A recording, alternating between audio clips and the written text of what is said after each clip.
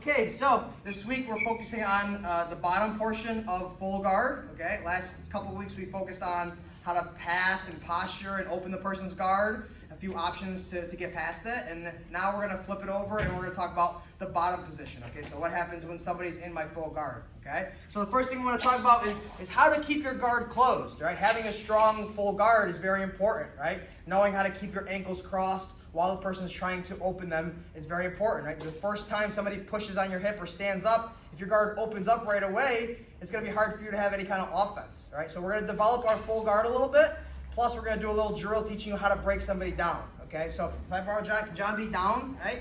So the first thing we're going to do is we're going to practice just holding our guard, okay? So when John has his ankles crossed around my hip, my waist, okay?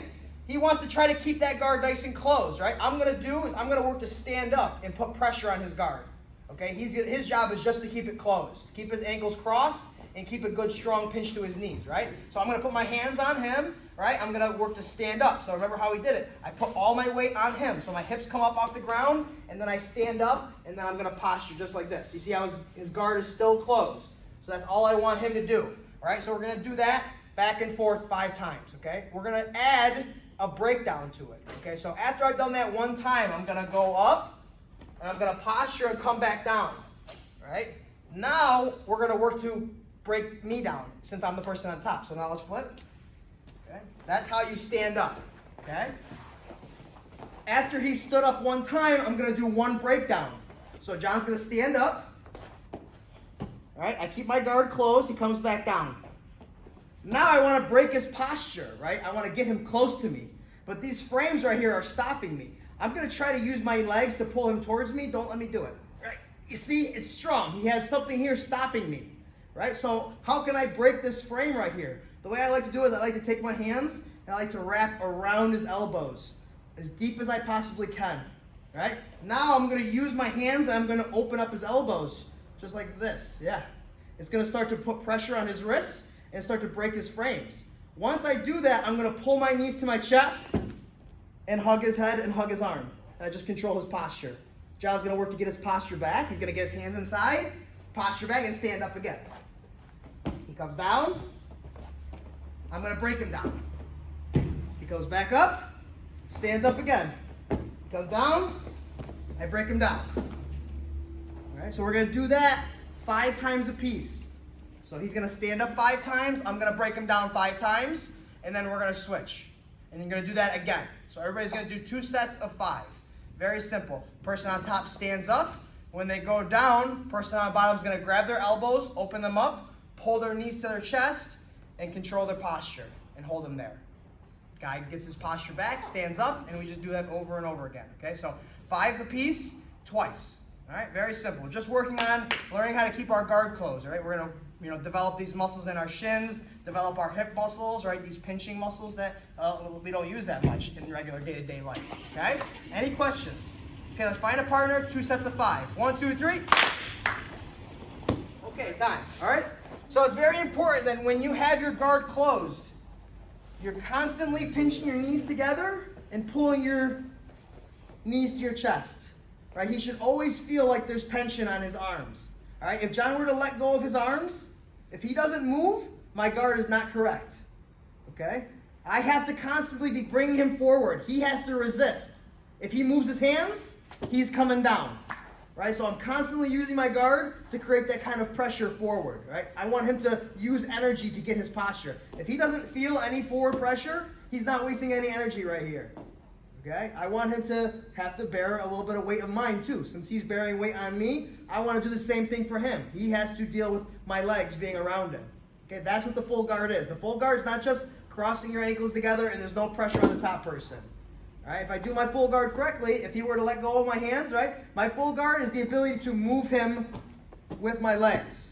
You see, forward, backward, whatever way I want to, I should have that control. That's what the guard is. Not just crossing my ankles and everything is loose. It's tight. Pinching my knees together and bringing my knees to my chest.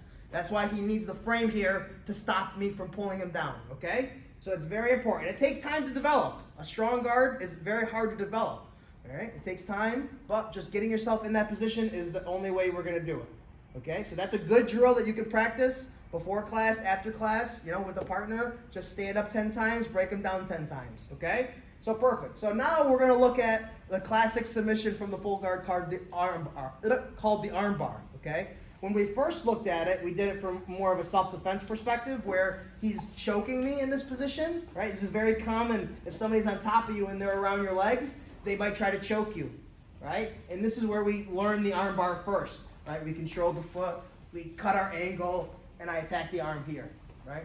So we kind of looked at it from that kind of self-defense perspective, okay? Now we're going to look at it at a little bit more of a sport perspective because when we roll, right, it's going to be a little bit more, familiar what we're doing. Nobody's generally going to try to put their hands on your neck from the full guard in sport jiu-jitsu. If they do, the armbar is easier, okay? But they're generally not going to do that. We're not going to overextend ourselves in the full guard. That was one of our don'ts, remember? In the full guard, don't try to grab their head before you open their guard, okay? So now we're going to do it a little bit differently. So let's rotate a little bit. We're going to do what's called an X setup for the armbar, okay? So watch what I'm going to do. He's going to have his hands on my chest, right? I'm going to pick one hand. I'm going to grab that wrist. Doesn't matter which one it is. I like to do this side. So I'm going to grab his wrist. Now watch what I do. I want to bump my hips, and I want to pull his arm across my chest. Like I'm going to put his hand on my shoulder, right? Now my other hand comes over the top, and I want to trap his arm right in my belly button. Elbow and belly button. Okay, and I lock my elbow down. Now it should be hard for him to pull that elbow away, right? I got it controlled, okay? Perfect. Now this other hand's gonna come across the shoulder, and I'm gonna grab nice and deep. I'm not just grabbing the front of his shoulder like this. I wanna reach over, and I wanna grab the back of his shoulder. It does two things, right? If John were to try to pull away from me, I can use it to pull him, right? And keep him right here. This is where I want him, right here, right? Now secondly, if he tries to drive into me, I can use my elbow to stop him from smashing me, right? If he were to smash me like this, I'm not going to be able to do much, right? So I want to keep him in this nice green zone right here. So when I attach to him, I keep him right here, right? Everybody see what's going on? So this is my setup. I control the arm, and I frame on the opposite shoulder. Here we go, okay? Now, the arm that I'm controlling, the same side leg, okay, the same leg, okay? I'm going to open my guard, and I'm going to put my foot on his hip. Right here. Making sure that I pinch my knee tight. I don't want any space right here. No good. Close the door. Okay? Now I use that foot, and I'm going to change the angle of my body.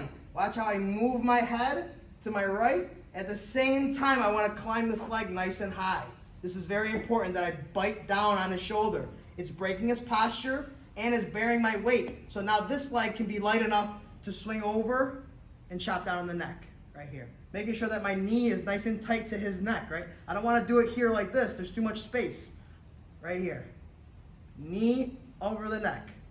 Okay, now here, I pinch my knees together, and now I just control his wrist, and I keep it tight to my chest. Pin it right there. Okay? Now, very simple. All I'm doing is lifting my hips straight up. Don't try to push him away from you. That's a very common thing. People are going to try to push the person away from them. That's not what I want. I want to lift my hips straight up. You see how his head didn't move away from me at all? I want to keep him close to me so that I can, break the elbow, basically. Okay? Okay, so this is an X setup. Okay? So, wrist control, right? Pop the hips, pass the arm. Oh, notice another thing, right? I bring my knees to my chest, right? If I just grab his arm and I don't do anything with my knees, he doesn't come forward at all. So when I bring the arm across, I bring my knees forward, you see? And now I frame here. Foot to the hip.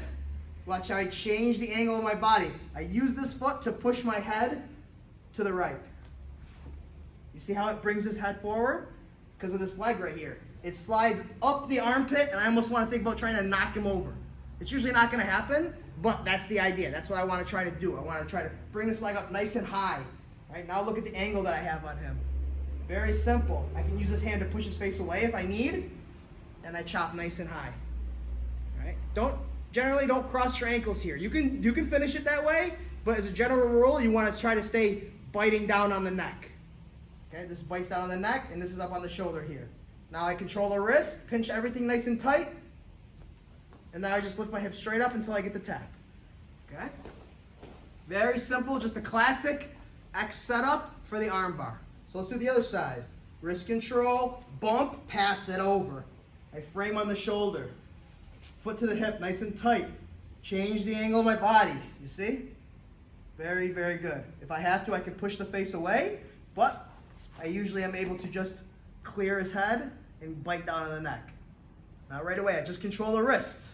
Pinch my knees together, and then the hips come up. Boom.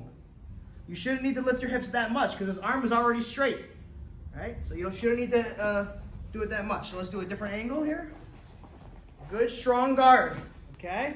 Even when I open my guard, right? When I'm here, boom, boom. When I open my guard, look, this foot stays tight. Right? I don't like open my guard and this leg goes like dead. It's no good. Right? So I still have half of my guard still biting. Here.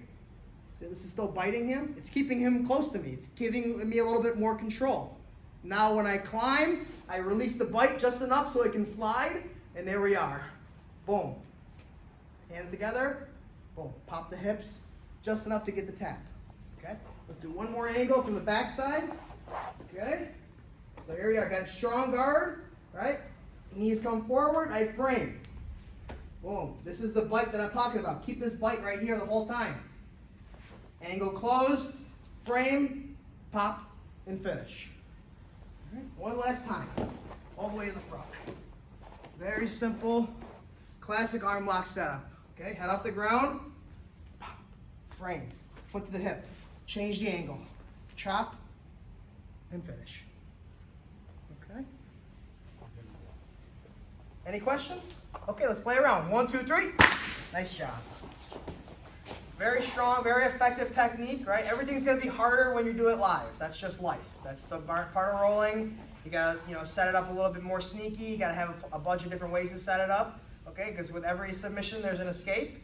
And with every escape, there's a counter. And with every counter, there's a counter, right? That's why it's a big cat and mouse game, right? So just continually training and attempting the techniques that you learn, right? You attempt it and you make a mistake, it's okay. You can maybe figure out what you did wrong and then attempt it again, and eventually you'll start to figure out the right way to do it and the right timing, right? Timing is that key variable that it's hard to teach. You can't teach timing. You just have to recognize the timing and then take advantage of it. So the timing portion of it is where you get for rolling live, okay? But now we're going to assume that we attack the arm bar, right? We get 90% of the way there, right? And now what the person does is they're gonna smash that frame that you have across their neck. They're going to close that distance. So if John were to do the technique to me, right, we'll do it step by step, and then we'll stop at a certain. So he'll do the technique. 1, 2, 3, 4, right here, right? If I can drive all of my weight to John, you see how I put my head down? Now John can't get this leg around my face. He's got to keep me at this. He's got to keep me at this distance so that he can throw the leg over. Go ahead. Boom. Okay, and then get the tap, right? So if I bring my head close, right, he can't bring his leg around. There's no space. Try to bring your leg around, right? He can't do it. He needs to be crazy flexible, maybe, if that's going to happen, right? But we're not going to work on flexibility. We're going to work on technique, right? So you see what I did? I lifted my hips forward, and a lot of times I can step up with one leg or sometimes even 2 legs, and I use it to drive my weight forward, right? So it's a defense. It's smart, right? You're closing the distance. You're keeping this leg from coming around your head. That's good. But notice what happens when I do that. I bring my weight forward a lot, so I'm a little off balance. All right, so it's my opportunity now. If I'm John, I have an opportunity to sweep the person. Okay, we're going to do what's called a pendulum sweep. Okay, but that's the situation. Okay. Yep. So we get the arm bar. 1, 2, 3, 4, and he starts to smash. Smash, yeah. See, he's putting all his weight on me. Good, now I can't push him away. He's too heavy. So now look, I let go of his shoulder, and now I'm going to hug his shoulder and hug his head. I want to hug it close. I want to try to keep this elbow nice and trapped.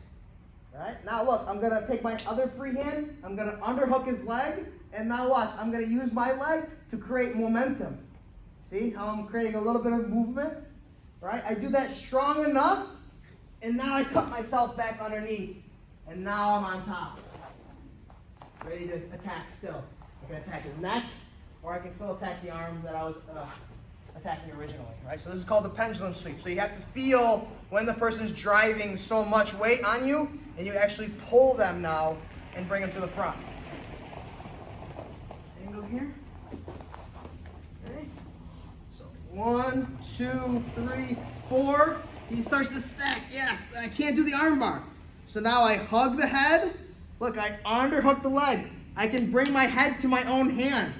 You see how I bring my head closer? Now look, open the leg and he's going. Cut my leg under and now I ride up on top. All right. It's very important that after I swing the leg out, this leg comes out. As he goes, I gotta cut him back underneath so that I don't end up landing on my own leg. He's gonna end up on my own leg. I'll show you what happens when you do it the wrong way. So I go here, everything's good. He starts to smash. I get here, watch, I keep this leg out. And now look, he's on top of it. So now I can't come up. More than likely, he's gonna start to fight back up on top and gain the top position. Okay, so watch that leg. After I feel like he's going, that leg's gonna sweep back underneath and clear space. 1, 2, 3, 4. He starts to smash. Look, hug, hug. Watch my left leg. As I go, I come back. You see, now he's not landing on top of it anymore. And now I can get to my knees and I can control the mount. Very, very strong, dominant position. So when you can find it, take it. Okay? So this is called the pendulum sweep. The pendulum is that motion right there with the leg. Swinging, swinging back and forth. One more time. Armbar. 1, 2, 3, 4. He starts to smash. Yes. Hug. Underhook the leg. Open. Bring it back. And now I'm right here. I can keep this leg if I want to. Right? I can just control here. And now he's stuck. My hands come together. He's very, very stuck right here. It's going to be hard for him to do anything. I got his head controlled. I have his leg controlled. He can't move around very much. And I can just use the control, or I have submission attempts from here. Or I can let go, and I can control just a regular standard mount. Okay? Anybody have any questions? Okay, it's a little bit more difficult. Right? So try it, practice it. I'll come around and help you guys out. All right, any questions? Okay, 1, 2, 3. Nice job.